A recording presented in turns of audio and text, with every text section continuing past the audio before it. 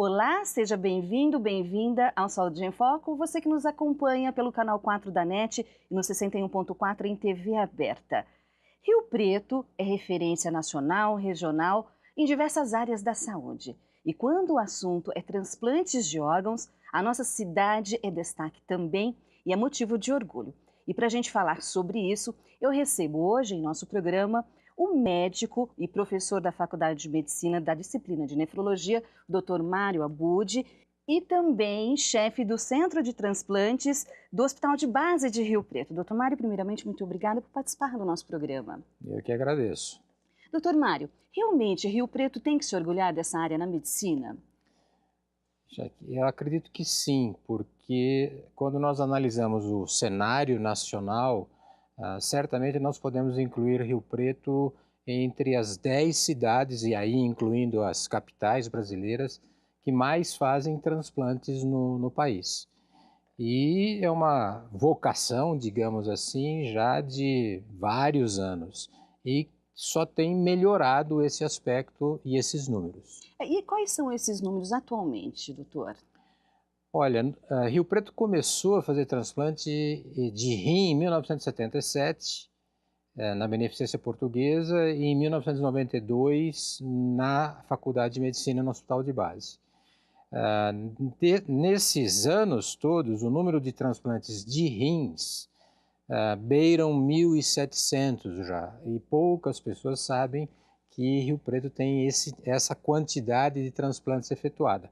Se nós considerarmos depois a introdução do transplante de fígado, pâncreas, os transplantes de córnea, de medula óssea, certamente nós alcançamos 3.500 transplantes durante todo esse período, o que é um número considerável, levando em conta a população de São José do Rio Preto e a própria região administrativa coberta pela cidade. E esses pacientes são de Rio Preto, da região, vêm de outros estados também? Quer dizer, esse serviço beneficia outras pessoas que estão longe, moram longe, doutor? Sim, sem dúvida, porque desde a época do ministro Serra, o transplante passou a ser um procedimento federal, digamos assim. A verba que vem para pagamento dos transplantes via SUS vem do governo federal. Isso permite com que um cidadão venha do Amazonas para São José do Rio Preto e não onere o cidadão de São José do Rio Preto. Quer dizer, não sai nenhum recurso da saúde de Rio Preto para beneficiar esse cidadão amazonense. Então, nesse aspecto, nós temos transplantados de praticamente todos os estados do Brasil. Agora, com relação ao procedimento, é um procedimento complexo, é caro, né? Depende do que a gente chama de caro. O procedimento, o transplante renal, que eu vou me dirigir mais especificamente porque eu sou nefrologista, é um procedimento já que começou em 1954, então tem 62 anos, é isso? 62 anos. O procedimento técnico, Sim. quer dizer, a realização da cirurgia. Então não tem segredo, não teve grandes inovações para aperfeiçoar isso, aquilo, pequenos detalhes. Se um transplante que acontece sem maiores intercorrências, o indivíduo entra no hospital e 20, 30 dias depois ele é devolvido para a comunidade em boas condições e depois ele só tem a melhorar. Seguir a vida, retomar suas atividades. Se você tem algumas complicações, principalmente complicações de infecção, porque esses indivíduos recebem drogas para combater rejeição, aí, obviamente, o procedimento já pode encarecer em termos de custo para o hospital. Uma parte é coberta pelo SUS. E aí temos que dar mérito para São José do Rio Preto, para o Hospital de Base, nesse aspecto, que alguns medicamentos antibióticos que não são pagos pelo Sistema Único de Saúde, o hospital aceita o risco e cobre essas despesas se elas ocorrerem. Agora, se o Hospital de Base realizou esses transplantes, tem esses números considerados positivos, é porque houve doador, não é, doutor? E eu acho que um dos entraves que se fala muito nessa área é a falta de doador. Como é que está a situação agora? melhorou muito. Como eu já estou na estrada há várias décadas, vamos dizer assim, quando nós começamos a fazer campanhas em São José do Rio Preto, isso foi em 1985, a população não estava plenamente conscientizada da necessidade das doações de órgãos. E, obviamente, existia um medo sobre, puxa, alguém vai morrer, vai tirar os meus órgãos.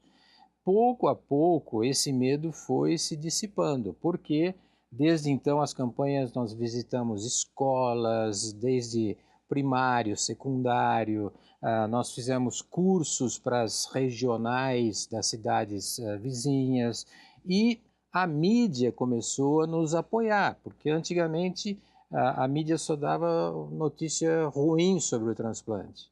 E hoje não, hoje doações de personalidades que acabam falecendo e doam seus órgãos, isso é muito divulgado, isso facilitou para que a ideia da doação de órgãos se difundisse mais na população brasileira, que é muito solidária. Hoje, de acordo com os números do Datafolha, os últimos levantamentos, 75% da população, 80% da população aceita a doação de órgãos. Ou seja, nós temos aí uma faixa para trabalhar, para conscientizar de 20%, 30% no máximo. Mas essa faixa não é exclusiva do brasileiro, não, é mundial. Então, é um trabalho constante, né, de conscientização, de divulgação como esse programa, que tem que ser feito para continuar tendo os doadores.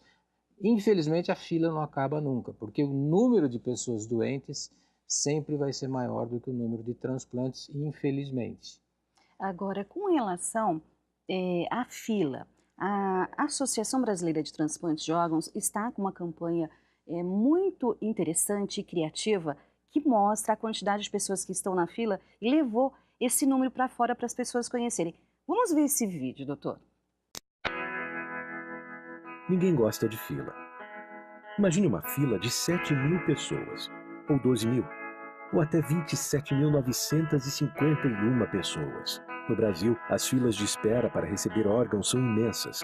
Fizemos as pessoas sentirem na pele o que significa estar em uma fila gigante esperando um órgão. Para isso, substituímos as senhas em diversos locais de espera pelo número real da fila para receber um órgão. 7951. Muito grande pra isso aí, hein? Nossa, que número grande. Poxa, moço, que isso?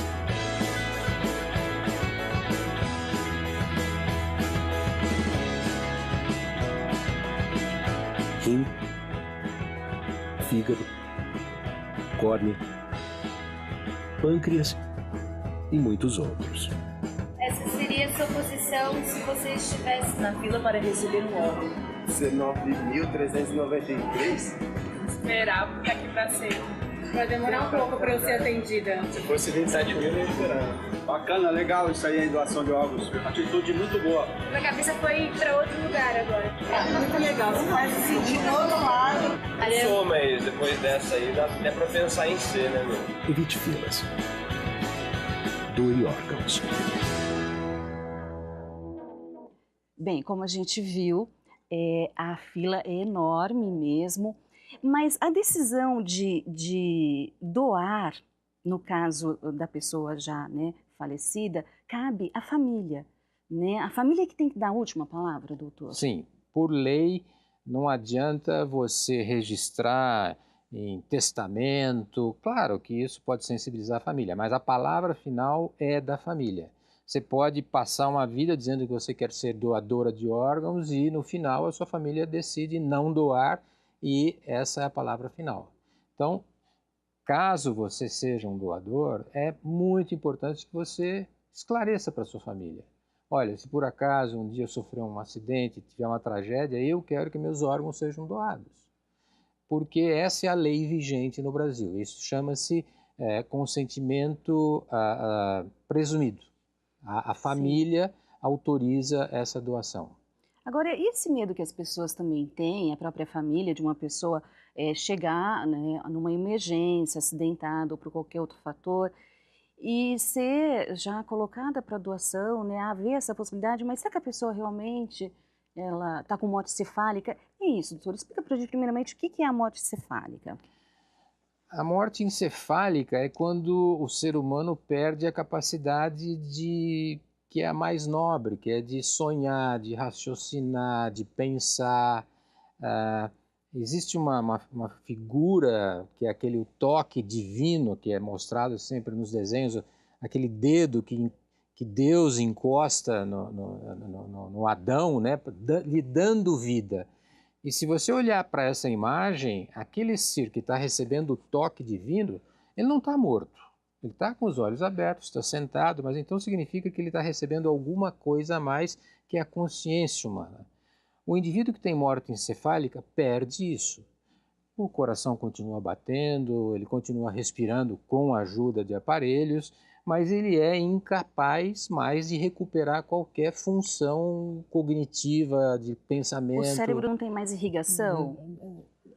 Se você fizer um estudo do cérebro, realmente você vê que a circulação para o córtex, para a casca do cérebro, desaparece. E é irreversível. É irreversível. E, infelizmente, no passado, tiveram alguns casos que foram, o paciente não estava morto. Não.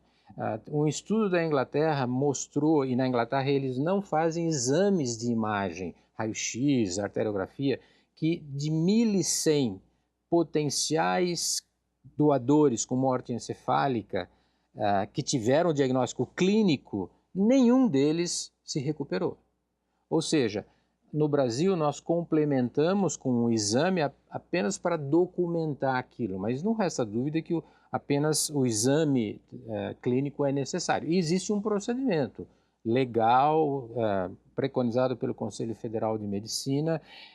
Então não existe esse medo de, chegou uma pessoa que sofreu um acidente, nós não vamos tratar dele para que ele se transforme em um doador de órgãos. Não, isso nunca existiu e não existirá. Os cuidados, os esforços são dirigidos no sentido de você trazer aquela pessoa de volta para a vida, faz massagem. Bom, decorrido um certo tempo, é exigido por lei que você faça um teste de atividade do cérebro.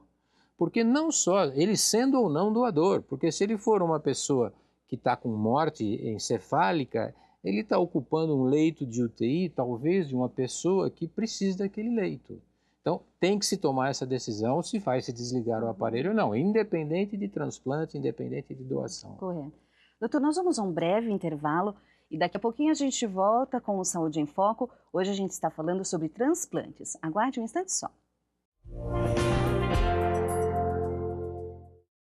Toda grávida precisa de cuidados.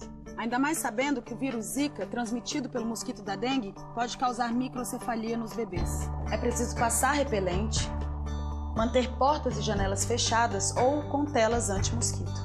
E usar calças e blusas de manga comprida. Esses cuidados precisam virar hábito. Se você está grávida, faça o pré-natal. Proteja-se. Se o mosquito da dengue pode matar, ele não pode nascer. Governo Federal. Obrigado por compartilhar mais um sorriso. Obrigado por permitir que famílias inteiras renovem as esperanças. Obrigado por possibilitar que mais uma pessoa tenha saúde para agradecer e para fazer parte desse gesto. Obrigado. Doar sangue é compartilhar vida. Seja também um doador de sangue e junte-se a essa corrente de gratidão. É simples, é rápido e faz bem a todos os envolvidos.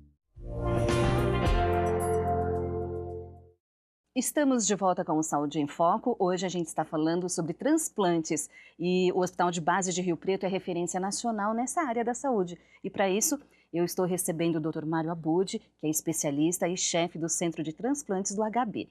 Doutor, a gente falou no primeiro bloco sobre a morte encefálica, como é todo esse procedimento. Mas como fica, desculpe a pergunta, o corpo de um doador após a doação de alguns órgãos? É mutilado, não? Porque as famílias às vezes ficam com essas dúvidas.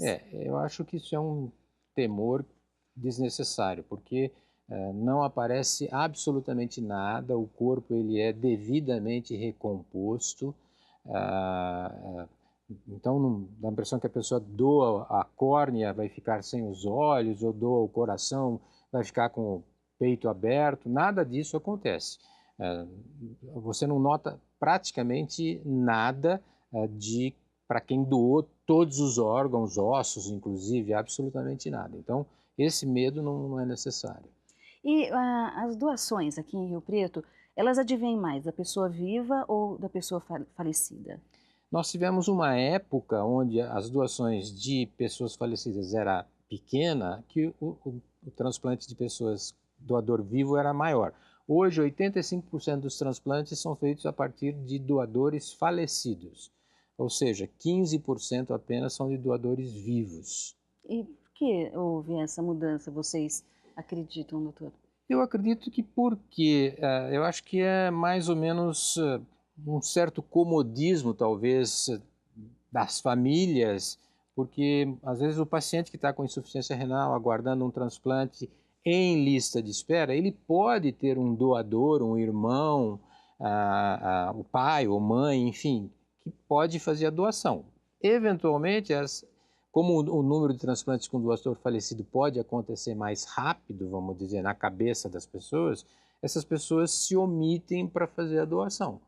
Mas seria importante ainda que as famílias pensassem sobre a possibilidade de fazer um transplante entre pessoas vivas, que é permitido por lei, de acordo com a legislação brasileira. Com relação à fila, é uma fila, como é que é essa ordem para escolher, agora a gente pensando na pessoa que precisa do transplante, essa lista é uma fila? A gente não pode dizer que é uma fila. Em termos práticos, é representado por uma fila, mas você tem uma fila para o grupo sanguíneo do tipo A, do tipo O, do tipo B, então na verdade são várias filas. Eu diria que seria mais um sorteio. A pessoa se inscreve para receber um órgão e se existir um doador que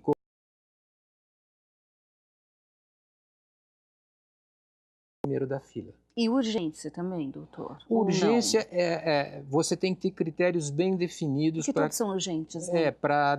Exatamente. O paciente, sempre o médico vai achar que o dele é mais urgente que o outro. Mas a Secretaria de Saúde definiu critérios de urgência.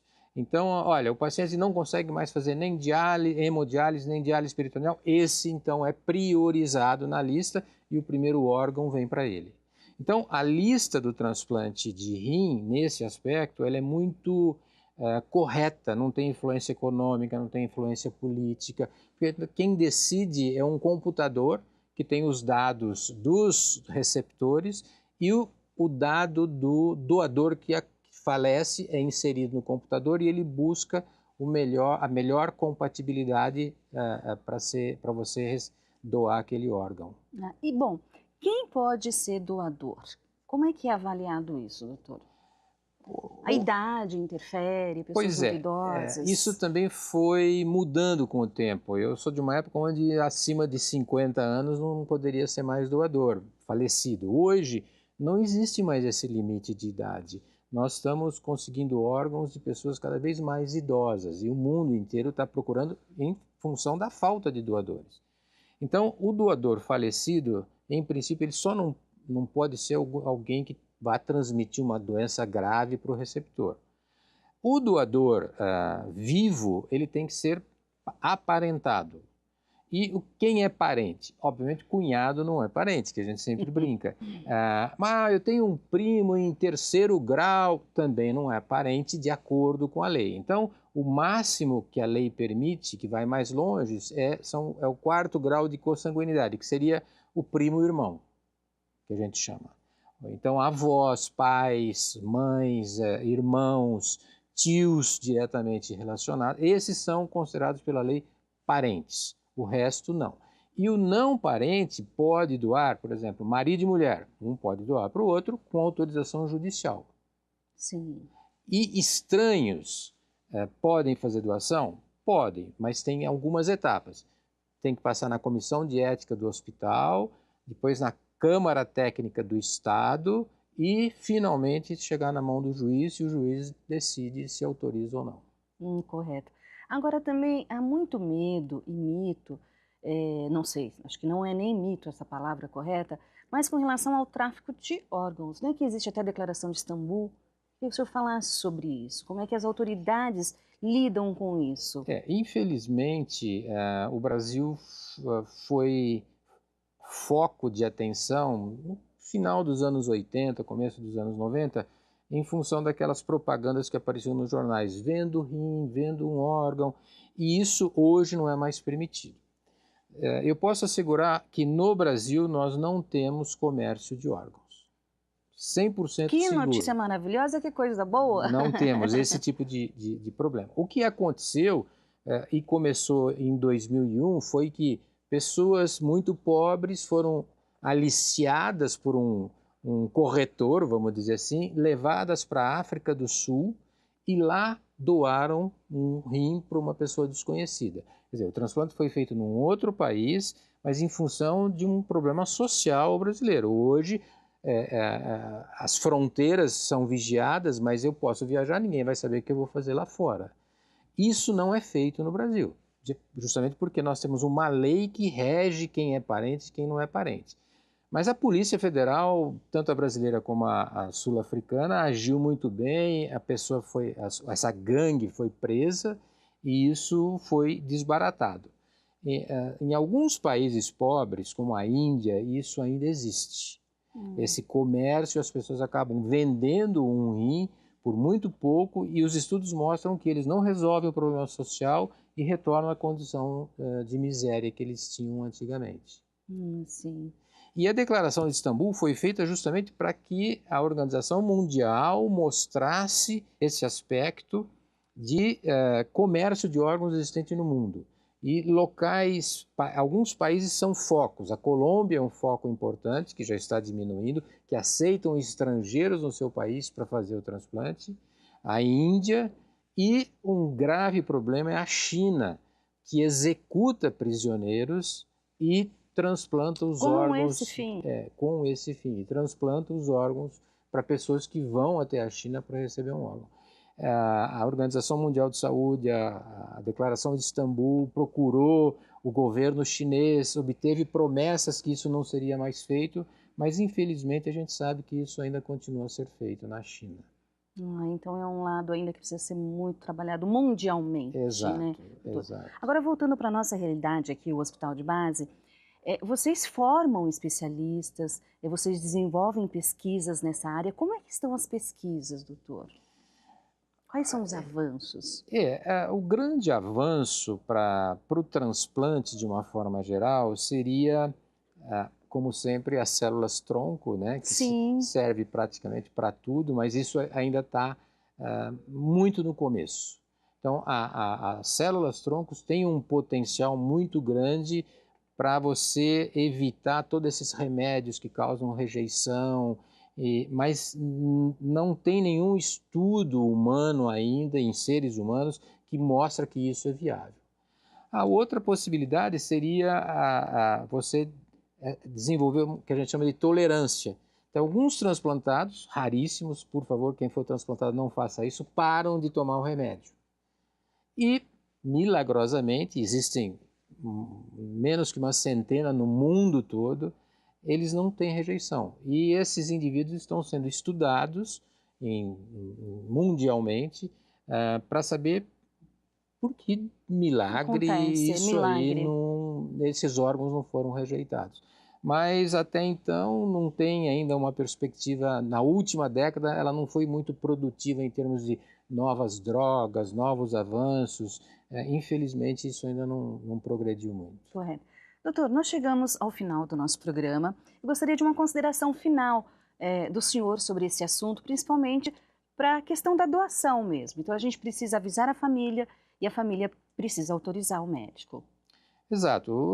Eu acho que, como mensagem, quem pretende ser um doador de órgão, por favor, avise sua família, insista com a sua família para que o seu desejo seja satisfeito e seus órgãos sejam aproveitados para outra pessoa. E as estatísticas melhorem, né? Sem doutor, dúvida. Dos sem transplantes. Dúvida, sem dúvida. Olha, muito obrigada e parabéns a toda a equipe do Hospital de Base por esse trabalho bonito que vocês têm fazendo e aí deixando a cidade com esse ranking bonito nessa Obrigado área. pelo convite e por permitir essa divulgação. Muito obrigada. Bem, esse foi o Saúde em Foco. Hoje a gente falou sobre a realização de transplantes de órgãos em São José do Rio Preto. Obrigada por sua atenção e até o próximo programa. Tchau!